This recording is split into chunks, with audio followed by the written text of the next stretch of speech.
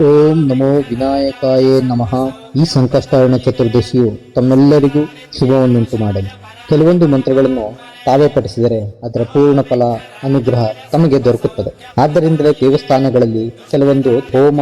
ಮಂತ್ರಗಳನ್ನು ನೀವೇ ಹೇಳುವಂತೆ ಹೇಳಿಕೊಡುವುದು. ಆದ್ದರಿಂದ ಈ ವಿಡಿಯೋದಲ್ಲಿ ಬರುವ ಮಂತ್ರಗಳನ್ನು ಪೂಜಾ ಸಂಕಲ್ಪವನ್ನು ಮಾಡಿಕೊಂಡವರು ದೇವರ ಮುಂದೆ ಕುಳಿತುಕೊಂಡು ತಾವೇ ಪಠಿಸಬೇಕು. ನಾಳೆ ಬರುವ ವಿಡಿಯೋದಲ್ಲಿ ನಿಮಗೆ ಸಂಕಷ್ಟಹರಣ ಚತುರ್ದಶಿಯ ಕಥೆ ಮತ್ತು ಮಂತ್ರ ಆಡಿಯೋ ರೂಪದಲ್ಲಿದೆ. ಅದನ್ನು ದಯವಿಟ್ಟು ಕೇಳಿ. दुष्टदारिद्र्यनाशाय पराय परमात्मने नमो विघ्नराजाय सर्वसौख्यप्रदायिने दुष्टदारिद्र्यनाशाय पराय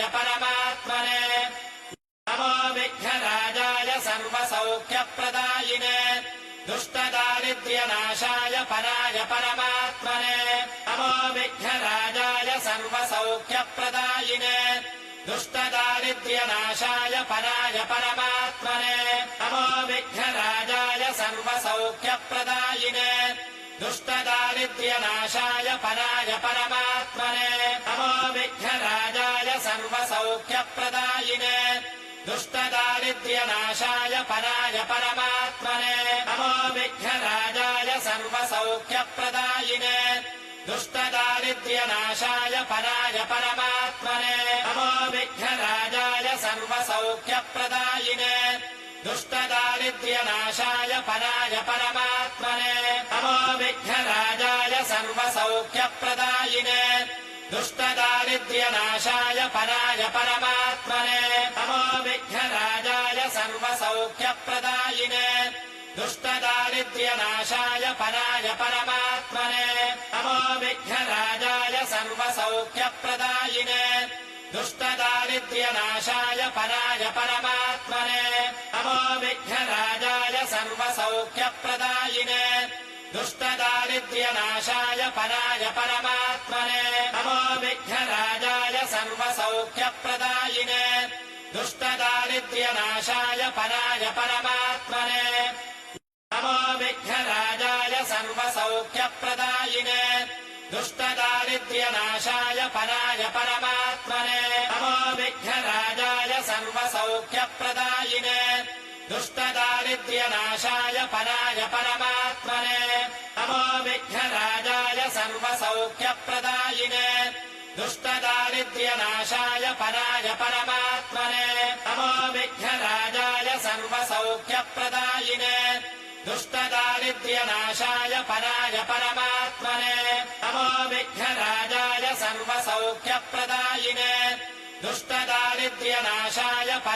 परमात्मने नमो विघ्नराजाय सर्वसौख्यप्रदायिने दुष्टदारिद्र्यनाशाय पराय परमात्मने नमो विघ्नराजाय सर्वसौख्यप्रदायिने दुष्टदारिद्र्यनाशाय पराय परमात्मने नमो विघ्नराजाय सर्वसौख्यप्रदायिने दुष्टदारिद्र्यनाशाय पराय परमात्मने नमो विघ्नराजाय सर्वसौख्यप्रदायिने दुष्टदारिद्र्यनाशाय पराय परमात्मने नमो विघ्नराजाय सर्वसौख्यप्रदायिने दुष्टदारिद्र्यनाशाय पराय परमात्मने नमो विघ्नराजाय सर्वसौख्यप्रदायिने दुष्टदारिद्र्यनाशाय पराय परमात्मने नमो विघ्नराजाय सर्वसौख्यप्रदायिने दुष्टदारिद्र्यनाशाय पराय परमात्मने नमो विघ्नराजाय सर्वसौख्यप्रदायिने दुष्टदारिद्र्यनाशाय पराय परमात्मने नमो विघ्नराजाय सर्वसौख्यप्रदायिने दुष्टदारिद्र्यनाशाय पराय परमात्मने नमो विघ्नराजाय सर्वसौख्यप्रदायिने दुष्टदारिद्र्यनाशाय पराय परमात्मने नमो विघ्नराजाय सर्वसौख्यप्रदायिने दुष्टदारिद्र्यनाशाय पराय परमात्मने नमो विघ्नराजाय सर्वसौख्यप्रदायिने दुष्टदारिद्र्यनाशाय पराय परमात्मने विघ्नराजाय सर्वसौख्यप्रदायिने दुष्टदारिद्र्यनाशाय पराय परमात्मने नमो विघ्नराजाय सर्वसौख्यप्रदायिने दुष्टदारिद्र्यनाशाय पराय परमात्मने नमो विघ्नराजाय सर्वसौख्यप्रदायिने दुष्टदारिद्र्यनाशाय पराय परमात्मने नमो विघ्नराजाय सर्वसौख्यप्रदायिने दुष्टदारिद्र्यनाशाय पराय परमात्मने नमो विघ्नराजाय सर्वसौख्यप्रदायिने दुष्टदारिद्र्यनाशाय पराय परमात्मने नमो विघ्नराजाय सर्वसौख्यप्रदायिने